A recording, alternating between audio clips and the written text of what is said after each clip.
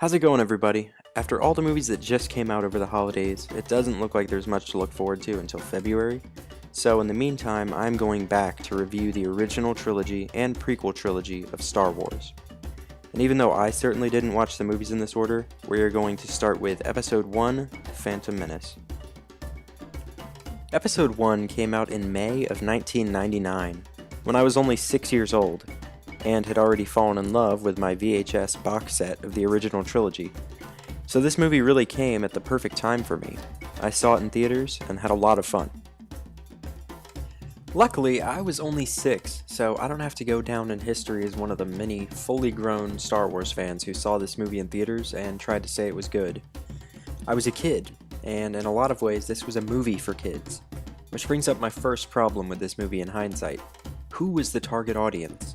You've got an opening crawl and premise about a trade embargo, paired with a character like Jar Jar Binks.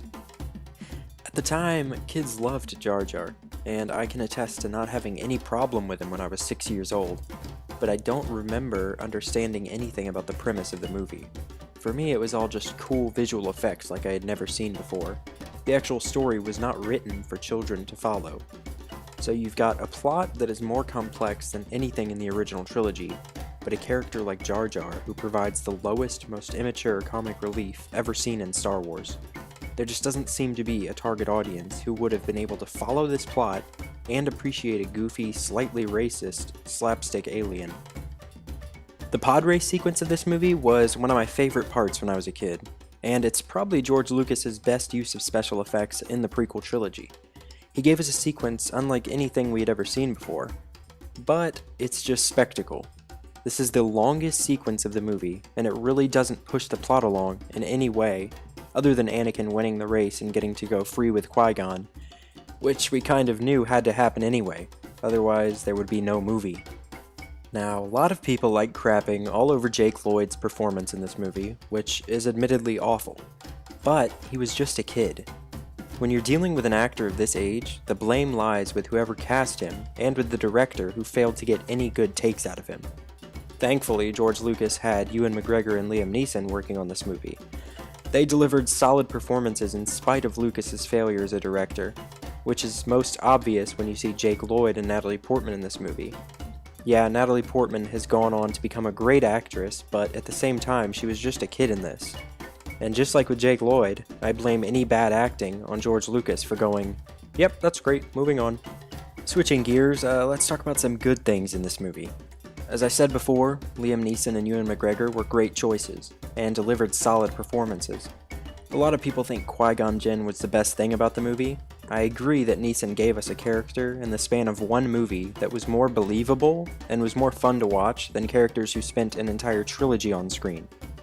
A lot of people wish he hadn't been killed off, but it's really necessary in order to give this movie any emotional weight whatsoever. Another thing I liked about this movie is, of course, Darth Maul. A quiet but menacing villain with a badass new kind of lightsaber we've never seen before. This was an awesome character, and here's where Lucas really messed up.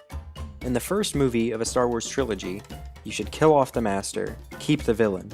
In A New Hope, Obi-Wan dies, Vader lives on. In The Force Awakens, Han Solo dies, Kylo lives on. Darth Maul really could have helped this trilogy if he hadn't been killed off after like 10 minutes of screen time in the first movie. We knew nothing about him. We get our first glimpse and our reaction is, wow, that guy's a badass villain. And then he's dead. I think that the three-way lightsaber fight at the end of this movie is its saving grace. You could walk out of the theater and if nothing else worked for you, you could at least say, well, we got a really cool lightsaber fight. Was it slightly over-choreographed? Yes. But it was fast-paced and flashy, and it actually meant something in the end, with Qui-Gon dying. Having Obi-Wan have to sit back and watch Qui-Gon die was a smart move. And when the shield finally comes down and Obi-Wan sprints out to fight Darth Maul, that was my favorite part of the fight. It wasn't CGI. Ewan McGregor worked his ass off on the stunt work for all three of these movies, and it really shines through here. The whole space battle going on during the lightsaber fight is really just background noise to me.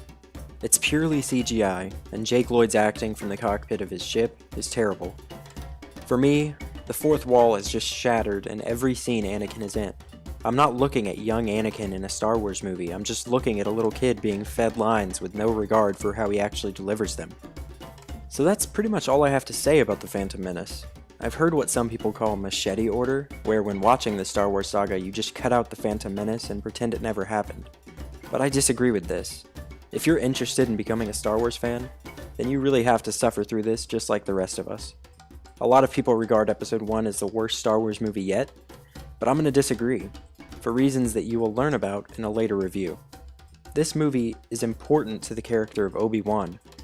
I could care less about little kid Anakin, but we get a glimpse in this movie at who Obi-Wan was before he was the old man on Tatooine. And if you skip out on this movie, you're going to miss one of the best lightsaber fights to date. Star Wars Episode 1, The Phantom Menace, in my mind, deserves a 56%. Definitely a step down from what we got in the original trilogy, but still worth suffering through if you consider yourself a true fan. I'll be moving on to my review about Episode 2 soon, so leave a like if you did, subscribe for more, and thanks for watching. I'll see you next time.